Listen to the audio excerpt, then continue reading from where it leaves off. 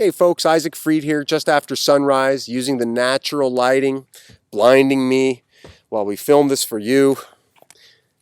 Talking about the new book, How to Not Give a Fuck in 10 Easy Steps. Today, let's talk about chapter 23. There it is. Boy, the sun is so bright you can hardly see it. Chapter 23, Action.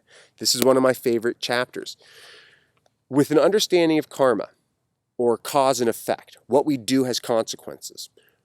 If you want to not give a fuck, then be mindful of your actions so that you are most wise in taking actions that are least likely to create things to give a fuck about. There are a subset of principles in here that I got from our old friend Sid, who said things like, I will refrain from harming living beings. Don't hurt other beings, fewer fucks given. I will refrain from taking that which is not freely given.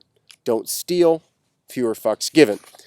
And this one here, I will refrain from harmful sexual activity.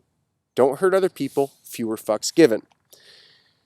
Because so many human emotions are often involved in sexual experiences, there are nuances here. Even if someone willingly agrees to certain activities, if the end result is harmful, best to refrain. Also, of your own sexual activities, it is wise to refrain from sexual activities that harm yourself.